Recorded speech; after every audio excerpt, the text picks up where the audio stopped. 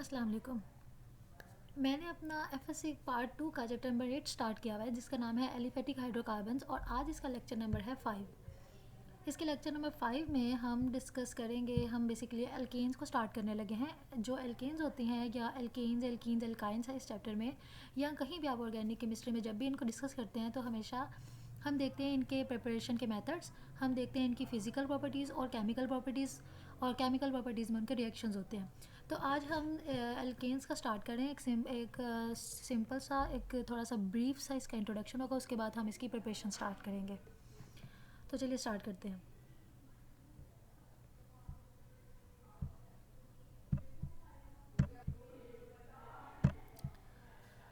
Okay, जो alkene है, alkene basically उन कंपाउंड को कहा जाता है जिसमें कार्बन और कार्बन के दरमियान सिंगल बॉन्ड होता है।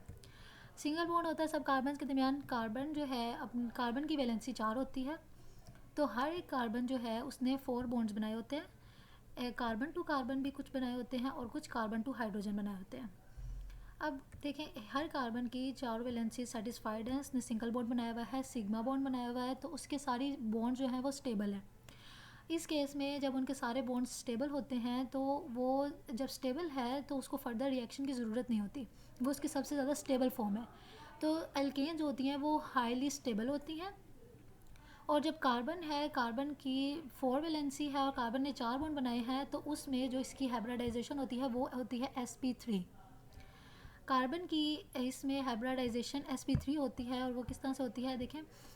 जो कार्बन है, कार्बन के पास आउटर मोस्ट शेल जो होते हैं उसमें जो वैसे कार्बन के पास टोटल 6 इलेक्ट्रॉन्स होते हैं। 2 होते हैं 1s2 में, 1s में 2 इलेक्ट्रॉन्स होते हैं और 2 होते हैं 2s में। ठीक है, उसके बाद 2 और 2 4 और बाकी रह जाते हैं, बाकी 2 ही रह जाते हैं, और हम उसको एक पी एक्स में आ जाता है और एक पी वाई में आ जाता है। अब कार्बन जो है, वैसे तो कार्बन को 2 बॉन्ड बनाने चाहिए इनके थ्रू, लेकिन कार्बन क्या करता है, वो इसको एक्साइट करता है और एक जो है उसको एक इलेक्ट्रॉन को इसमें जंप करवा देता है। जब इलेक्ट्रॉन को यहाँ पे जंप करवाता है तो यहाँ से अब कार्बन के पास अनपेयर्ड इलेक्ट्रॉन्स जो हैं, पहले तो वो पेयर अप थे तो ये बॉन्डिंग नहीं करेंगे, लेकिन अब इसके पास उसने जंप करवा दिया तो अब फोर अनपेयर्ड इलेक्ट्रॉन्स है, तो ये क्या करेंगे, अब ये 4 बॉन्ड बनाएंगे। कुछ ये कार्बन कार्बन के साथ बनाते हैं और कुछ कार्बन हाइड्रोजन के साथ बनाते हैं, और ये चूँकि एस है और ये तीनों पी हैं, तो अब देखें एक एस है और 3 पी हैं। एक एस और 3 पी जब टोटल करेंगे तो इसकी हाइब्रिडाइजेशन बनेगी एस पी 3। तो इस केस में कार्बन की जो हाइब्रिडाइजेशन होगी एल्केन्स में होगी sp3। और जब sp3 होती है, जब जब भी हाइब्रिडाइजेशन sp3 होती है तो हमेशा उसकी जो ज्योमेट्री होती है वो टेट्राहेड्रल होती है। sp3 में ज्योमेट्री टेट्राहेड्रल क्यों होती है, हम इसको इनऑर्गेनिक के जब केमिकल बॉन्डिंग वाला चैप्टर डिस्कस करेंगे तो उसमें हम हाइब्रिडाइजेशन थ्योरी पढ़ेंगे, और उसके अलावा डिफरेंट थ्योरीज पढ़ेंगे, तो उसमें मैं आपको एक्सप्लेन करूँगी कि sp3 में स्पेसिफिकली टेट्राहेड्रल ज्योमेट्री की होती है। ओके, चूँकि ये सेटिस्फाइड होती हैं, एल्केन्स जो होती हैं इसमें कार्बन सारी वैलेंसी सेटिस्फाइड होती है, तो इन हाइड्रोकार्बन्स को हम सैचुरेटेड हाइड्रोकार्बन्स कहते हैं। ठीक है, और जो एल्केन्स होते हैं इनका जनरल फार्मूला होता है ये CnH2n+2। CnH2n+2 होता है। फॉर एग्जांपल हम इसमें एक एग्जांपल के तौर पे लेते हैं कि अगर हमने n जो है n नंबर ऑफ़ कार्बन्स को रिप्रेजेंट करा है।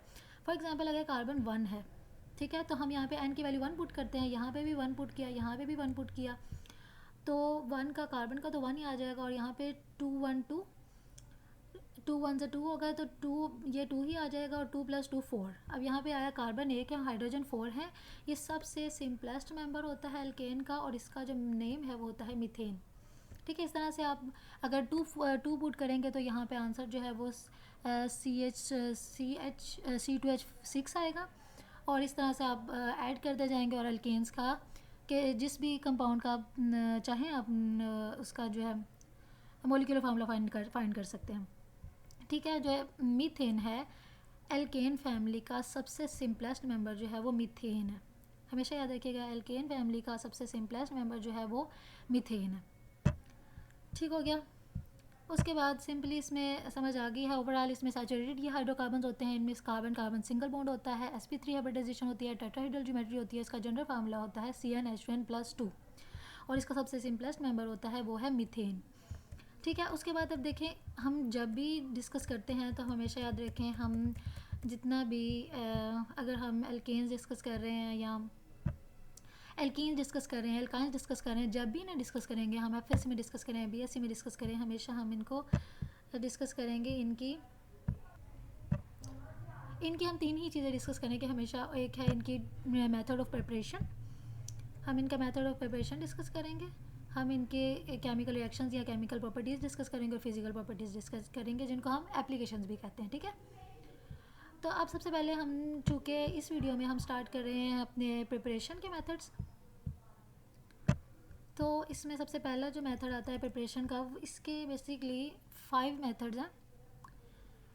एल्केन्स को हम 5 मेथड से प्रिपेयर कर सकते हैं। सबसे पहला जो मेथड है वो है हाइड्रोजिनेशन ऑफ अनसैचुरेटेड हाइड्रोकार्बन्स की हाइड्रोजिनेशन।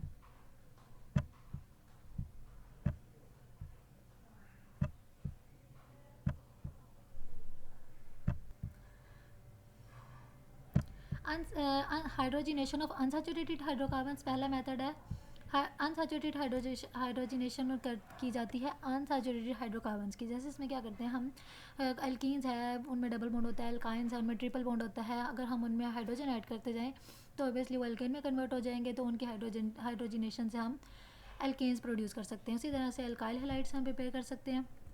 दूसरा मेथड ये है, मोनोकार्बोक्सिलिक एसिड्स की डीकार्बोक्सिलेशन से प्रिपेयर कर सकते हैं। इसके फर्दर 2 मेथड्स हैं, एक केमिकल मेथड है जिसको हम सोडा लाइम मेथड बोलते हैं, दूसरा कोल्ड इलेक्ट्रोलिटिक मेथड है, ये इलेक्ट्रिक मेथड है। 2 मेथड हैं डीकार्बोक्सिलेशन ऑफ मोनोकार्बोक्सिलिक एसिड में। उसके बाद है कार्बोनिल कंपाउंड्स हम प्रिपेयर करते हैं और ग्रिग्नॉड रिएजेंट से प्रिपेयर कर सकते हैं। तो आज हम स्टार्ट करते हैं इसका पहला मेथड।